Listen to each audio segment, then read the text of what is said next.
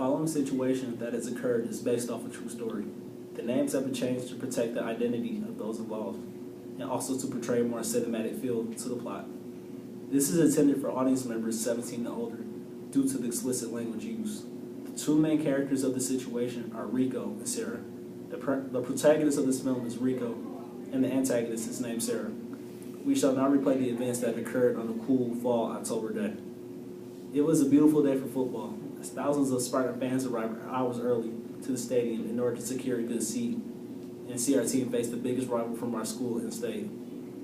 Thousands of excited fans and good spirits arrived to their seats early, including Rico, who converses with his peers and shares laughs, watching the two teams warm up as they all eagerly wait for the game to start. Kickoff finally approaches as you hear thousands of fans cheer on this beautiful day, just past the hour of noon. All is well, and shortly into the game, we score the first touchdown. The student section is jumping up and down with excitement, high-fiving one another, smiling and laughing, and singing along to the band as they play the signature Spartan song, following a touchdown. Suddenly, 3 girls came to the game late and took a seat next to Rico. This wasn't an issue, seeing as there were a few open seats next to him. Sarah, along with her 2 friends, soon began to cause a distraction to those around her, especially to Rico. It was evident that Sarah and her friends had been drinking a little bit too much, and she was swaying back and forth in her seat. Her speech was slurred, not making grammatical sense at times.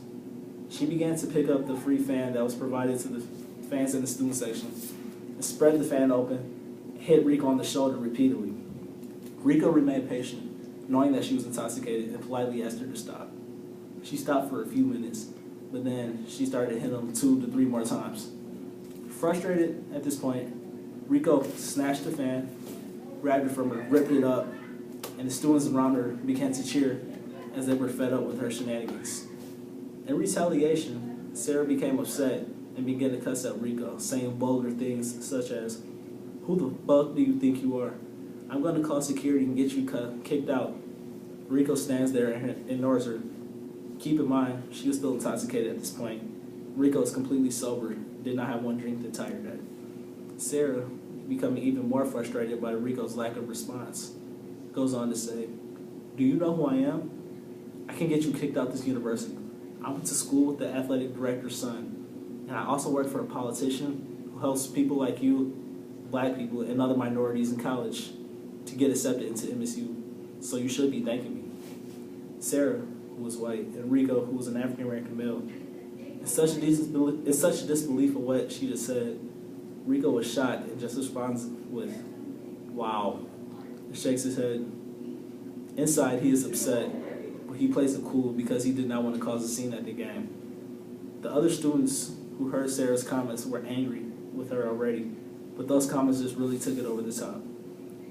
They called the sheriff over to address the problem, and the officer gave Sarah and her friends a warning and said that if he gets wind of another incident, they will be escorted out the game. From that point on, Sarah and her friends did not say one word to anyone and eventually left in the third quarter. As they made their exit, people in the crowd began to cheer and clap. It started to chant the infamous line recited at games, "Asshole, asshole, asshole." Rico laughed a little bit and thanked the other students for sticking up for him, and they began to proceed to watch the game as MSU came out victorious over that other school.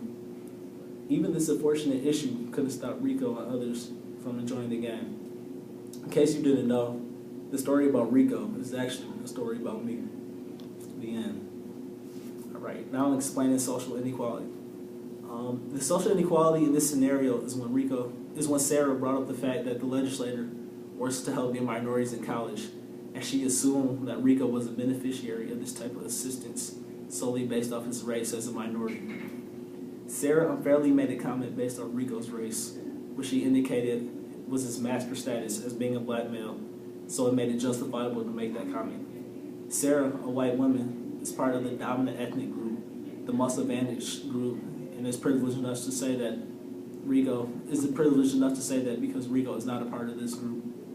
We also see how the comment testifies to how whites are ranked at the top of the social worth, while African Americans are generally at the bottom of the social status in the U.S., demonstrating social stratification, which we learned in class. Secondly, identifying the sociological mechanisms for maintaining inequality. It could be said that Sarah's selective perception about black people or minorities in general is basically saying that blacks aren't as smart as whites, so that's why African Americans need help and other minorities need help getting into college. So therefore, she felt that it was okay to accurately say this, and she said that as if all minorities are underprivileged and need extra help. Generally, African Americans do have lower social capital and lower social mobility than other races, and therefore are relegated to lower class status. And blacks mostly live in the inner city and largely belong to the urban underclass. For reasons aforementioned, this is why it may appear normalized. Council 8 in Chapter 9 states that prejudice, stereotyping, and discrimination are all used to preserve the benefits of the privileged race and ethnicities. In America, the dominant race are whites. The institutions are set up to benefit and favor the dominant, which is why social inequality still persists on. Hence, the reason why institutional racism is very much alive in America, creating vast inequalities for marginalized groups. Third, analyzing possibilities from a sociological perspective. When this situation occurred, Rico did not say anything to her besides "wow," because he did not want to start confrontation or cause a greater scene than necessary.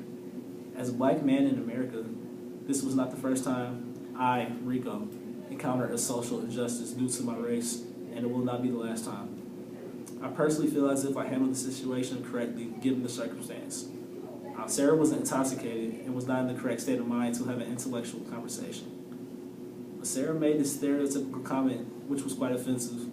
It was uncomfortable seeing that I was the only black male in the student section in the football game. This is a stereotype that black men are overly aggressive and hot-tempered, so I did not want to feed into that stereotype that already persists, and I did not want to be associated with that. So I utilized my agency by choosing not to say much and to appear cool, calm, and collected, which was probably the best thing to do in this situation. If it was in a different setting, then I would have handled the situation differently, and we would have a different conversation, and I would educate her about the ignorant comment that she made. Thank you.